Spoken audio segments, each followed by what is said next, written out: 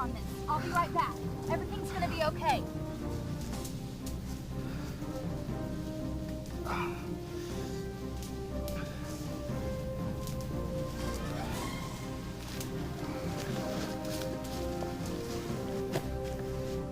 Let's take a look at that. Is it bad? Am I hurt bad? No, we just need to get it under control. What do you mean get it under control? Well, blood loss from a wound can be controlled by applying direct pressure to the wound. That's the first thing we need to do. Take a clean pad if we have it and press it firmly against the wound and hold it there until it is controlled. Is this all I need to do to get the bleeding to stop? If direct pressure doesn't work and you can't reach the wound, try to apply pressure between the wound and the heart. Major arteries run very close to the skin surface at several points in your body. If you apply pressure to these points, you can restrict the flow of blood from your heart to your wound. If you're alone and you can't apply pressure by yourself, you can find something you can use to apply pressure to that point. Let's just make a tourniquet out of this, Ref. No, that's not a good idea. You should only use a tourniquet if you've applied pressure at the artery and the wound and neither has stopped the bleeding. A tourniquet should only be used as a last resort. Every movie I've ever seen, the injured people get tourniquets. This isn't a movie. The reason a tourniquet isn't good is that you may stop the bleeding, but you may also lose a limb. If you don't get rescued right away, that tourniquet is going to restrict flow of blood to your entire limb. And without blood flow to the limb, it will be starved of oxygen. The bottom line is this. If you leave a tourniquet on, you could lose the limb. And if you release a tourniquet, that rush of blood into your limb may reduce your blood pressure enough to send you into a deep shock. The kind of shock you can't take care of yourself. But I think you're going to be fine. It's not that bad. How do you know so much about first aid? Actually, I don't know much about first aid. You see, first aid is something you do to stabilize yourself or someone else until you get professional treatment.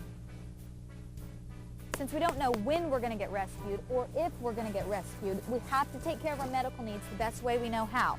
It's survival medicine, not first aid. What do you mean we might not get rescued? I mean, you gave them the Mayday signal. Somebody knows we went down, right? How long is this going to take? There are no guarantees that we're going to get rescued in a couple of hours, days, or weeks. So it's up to us to take care of ourselves the best way we can, and that's survival medicine. Nothing reduces our chances of getting rescued more than having an injury. That's why we use techniques of survival medicine to take care of injuries, so that we can put our energies toward more important issues, like building a shelter, signaling for help, and just surviving until help does arrive. Am I going to die out here? Not if you stay calm and be smart. If we use survival medicine to treat our injuries and illnesses first, we can focus on the task of getting rescued, and we are going to get rescued. How do you keep so calm and collected doing all this? I'm trained on all the current treatment methods of survival medicine. I know what it takes to get rescued. And we'll make it out of here alive, I promise you. We're going to start right now. There's a clearing over there about 30 yards. I saw it coming in. We're going to set up camp. I'm going to activate this ELT, and hopefully someone will come for us within a matter of hours.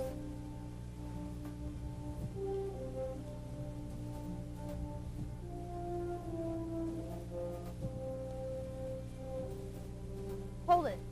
Are you okay? You didn't hurt your foot when we landed, did you? Nah, just a few blisters I got running around the lake this weekend. And these shoes aren't helping. In a survival situation, it's important that we take care of something like that right away. Let's take a look at those blisters. Blisters can cause you a lot of grief if you don't take care of them right away. If you feel your sock or shoe rubbing, you need to stop and take care of that problem immediately. Hand me that stick so I can pop this thing open. Oh no, no way. You don't want to drain the fluid. You see, your body creates blisters as a protective reaction over an injury. For this reason, you need to leave the blisters intact. We'll just protect them with a clean bandage. You definitely want to take care of your feet. You want to make sure that you keep them dry, even if that means stopping what you're doing and airing them out every now and then. Not only are your feet prone to blisters from walking, but you need to be careful of getting blisters on your hands, too.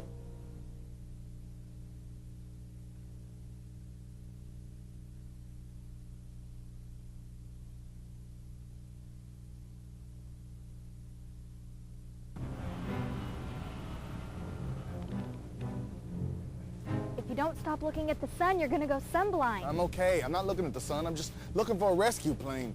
You may not realize it now, but sun blindness can sneak up on you.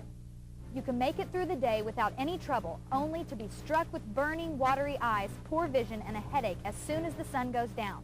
When you feel these symptoms, it's too late. You can expect an entire day of painful eyes or even blindness, and then all you can do to protect your eyes from further exposure is to lightly bandage them or stay in your shelter with your eyes shut.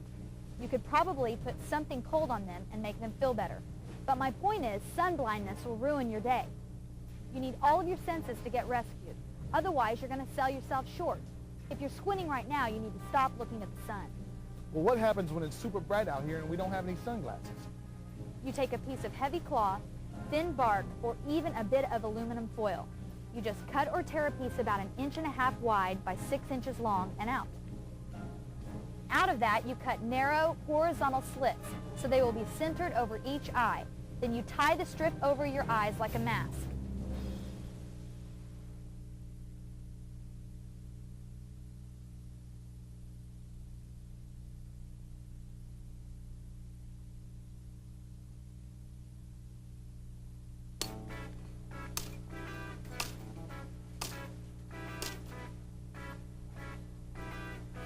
Make sure you don't hurt your hands. If your hands get tender, just either stop or use a different grip or just rest a while. You don't want to give yourself blisters. Ooh, I don't like bees. My sister's allergic to bees, and she has to carry a special bee sting kit. Now, I do know something about this. The first thing to do when you get stung is treat the sting by immediately scraping it, not pulling the stinger away. Because if you pull it, you will squeeze the poison sac and increase the dose of venom. You'd be amazed how many people die in the United States due to stings from bees, wasps, and yellow jackets, just because people are allergic to them. Stinging insects actually end up killing more people than snakes do every year. Well, I can handle bees, but I can't handle snakes. Snakes? Snakes? What happens if a snake bites one of us? Well, not all snakes are deadly. But if you get bit by a venomous snake and you can't get medical attention, your best bet is to remain calm and drink plenty of water. If you go rushing around in a panic, that will only increase the circulation of venom in your bloodstream. And the whole movie concept of cutting a hole in yourself and sucking the venom out is not recommended anymore. Tourniquets are not recommended anymore. But we don't have to worry about that because no one's going to get bit by a snake. What about lizards? Actually, the only venomous lizards you need to worry about are the two species that are found in the North American desert, the Gila monster and the Mexican beaded lizard. And both of those are relatively sluggish and non-aggressive. You're not going to get bit as long as you look where you put your hands and feet. And if you do get bitten, just react the same as if it was a snake bite. Don't panic and drink lots of fluids. What happens if I'm bit by a spider or a scorpion? Then what? All spiders and scorpions are poisonous to a certain degree, but it would be pretty uncommon for someone to die from these bites. The only spiders that could really hurt you are the black widow and brown recluse. But again, you're not going to get bitten by these if you just play it smart and stay away from places where these creatures might be.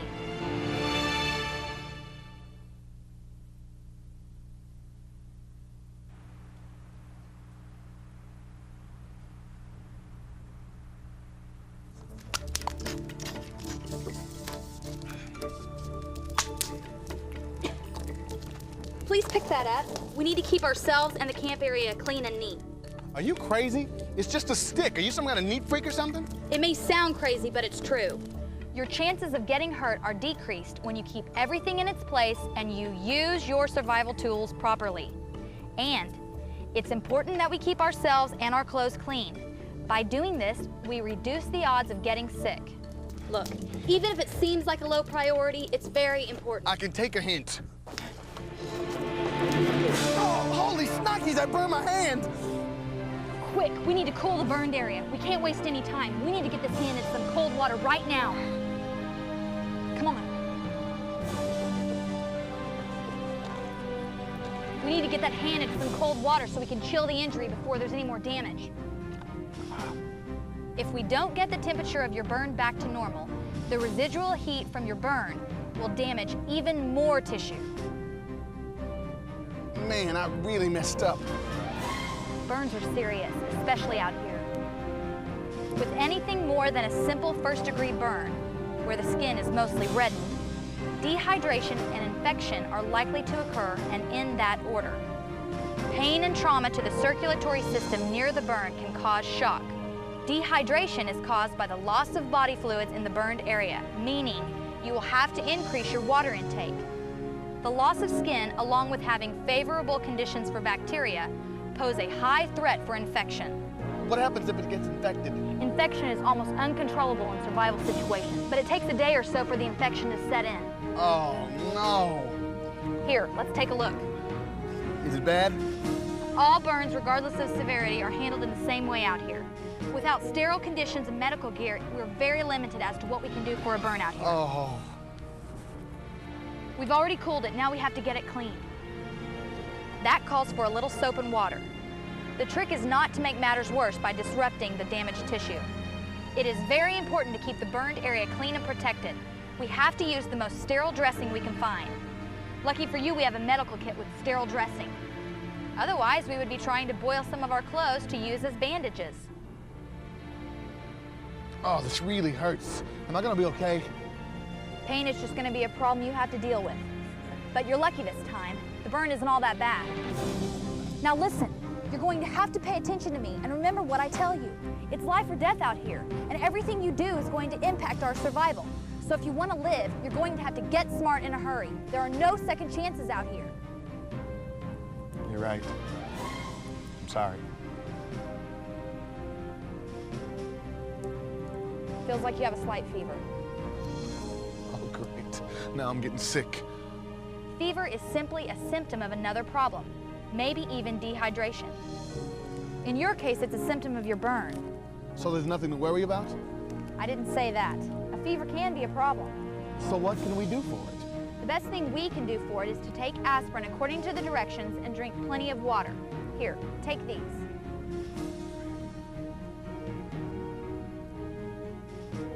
This should help ease your pain and control the swelling. Don't worry, you're gonna be all right.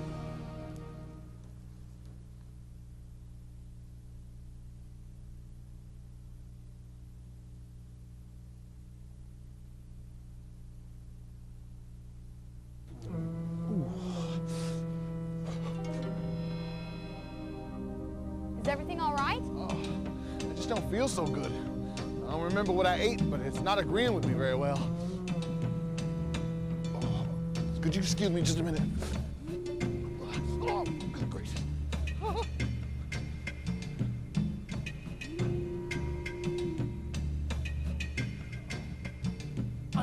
No, don't come over here. Oh, please go away. Oh man, this is so embarrassing. Don't be embarrassed. Diarrhea is common in these situations. It can be caused by tension, eating unfamiliar foods, or intestinal infection from contaminated water. But believe me, I understand it's uncomfortable. It can keep you in those bushes all day long.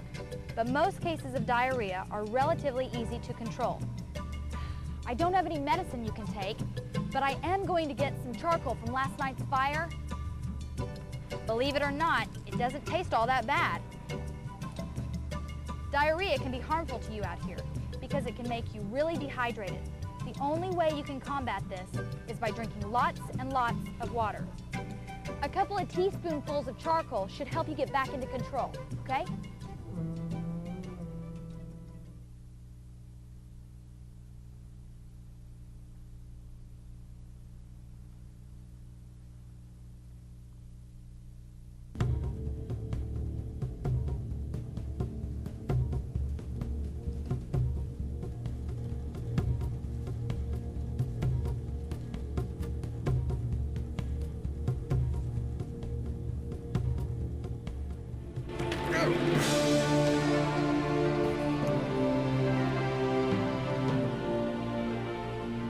I think I broke my arm.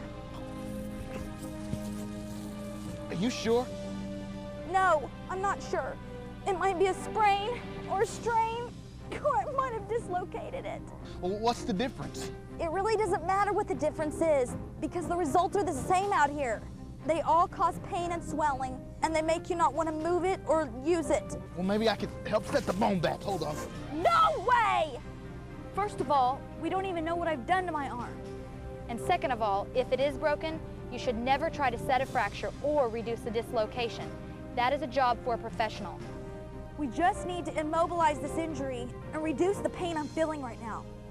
And try not to do any more damage than what's already been done. Okay, so what do you want me to do? I'm gonna need you to take your belt off. Huh? Your belt. We're going to use your belt to make a sling. Hand, arm, and shoulder injuries can be immobilized sufficiently with a simple sling. You can use belts, rope, pieces of clothing, anything that you can use to form a loop around your neck that will support the damaged arm. With a little patience, you can make a sling with one hand. But fortunately, I have you to help me out. Can you help me out?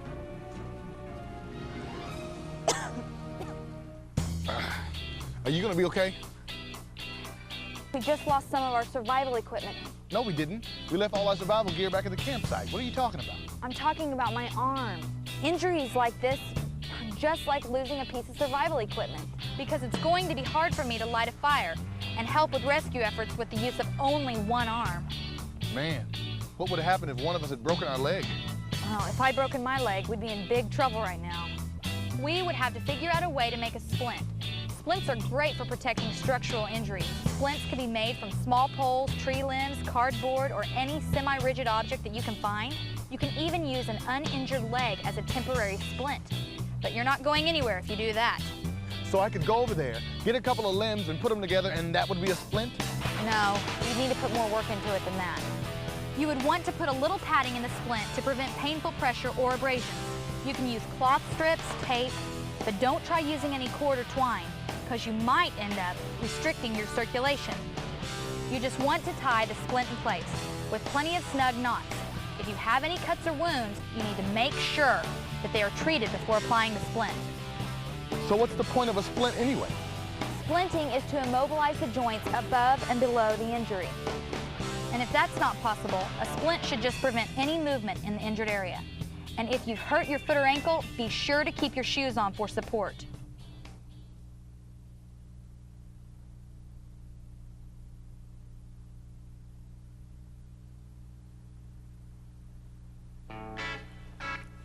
Go slow. Oh, sorry you're in pain. My arm really hurts when I move it this way. Well, don't move your arm that way. You're exactly right. The pain is telling me I shouldn't move my arm like that. Pain is our body's way of reminding us that we need to rest a certain part of our body. Under normal conditions, this is a good thing. But when our life depends on our ability to deal with problems out here in this survival situation, we may have to ignore that warning. But serious pain associated with injuries is a separate problem in itself. What do you mean? Being in a great deal of pain can keep you from doing what you need to do to get rescued. You seem to be handling it pretty well. Different people have different sensitivities to pain. For me, I'm looking at this pain as a temporary discomfort that can be tolerated. I'm keeping my mind busy thinking about how we can get rescued, rather than thinking about how bad this arm hurts. Naturally, I want to avoid aggravating this pain and what's causing it. But I'm going to keep my mind on the goal, and that's getting rescued, and we are going to get rescued. I need you to do me a favor. Sure, what is that? You're going to have to keep your eye on me, because I could go into shock. Severe pain does weird things to a body. You mean the pain in your arm could cause you to go into shock? Many things can cause a person to go into shock. Bleeding, severe pain, burns, allergies, infection, and even psychological trauma caused by seeing yourself or someone else injured. Regardless of the cause, the result of shock is the same. If you've ever experienced shock, it's highly unlikely that you'll forget the symptoms. You feel lightheaded, weak, and nauseous. It is sort of a surreal feeling. But that's only what it feels like. You need to pay attention to what it looks like. If I were to go into shock, you could tell, because my skin will be cold and clammy, my breathing will be a little crazy, it may be quick and shallow or irregular, and it may even cause me to gasp for air. My pulse will be weak and rapid, I'll be nauseous, and I may vomit. And most likely, I'll have some type of mental confusion. There are more severe symptoms than this, but the idea here is if you don't catch and treat the symptoms of shock, then situations will get a lot worse. That's why it's important for you to watch me closely. What happens if you go into shock? How do I treat the symptoms? The standard way of treating shock is to control bleeding, if there is any. Drink plenty of fluids, but don't try to give someone water if they're unconscious. You'll drown them. Try to lay them down, preferably with their head slightly lower than their feet, and have them rest until their symptoms pass. If they have a head injury, you would need to elevate their feet without lowering the head, and keep them warm. Use extra clothing, sleeping bags, blankets, whatever might be available to maintain their body temperature. Look, I don't want you to go into shock, because I don't think I can do this without you. Ever since we crash landed, you've been taking care of me and doing everything right, and I've been doing everything wrong. Remember, our situation is not permanent. The ultimate goal here is to get home. We are going to get home. Besides, you basically know everything there is to know about survival medicine. We are the doctors out here. We just have to look out for each other. Did you hear that? Here, help me up.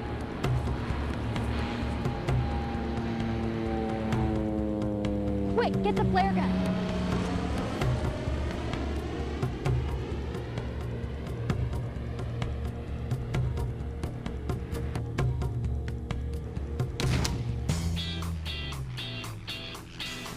Can you believe that? They're coming?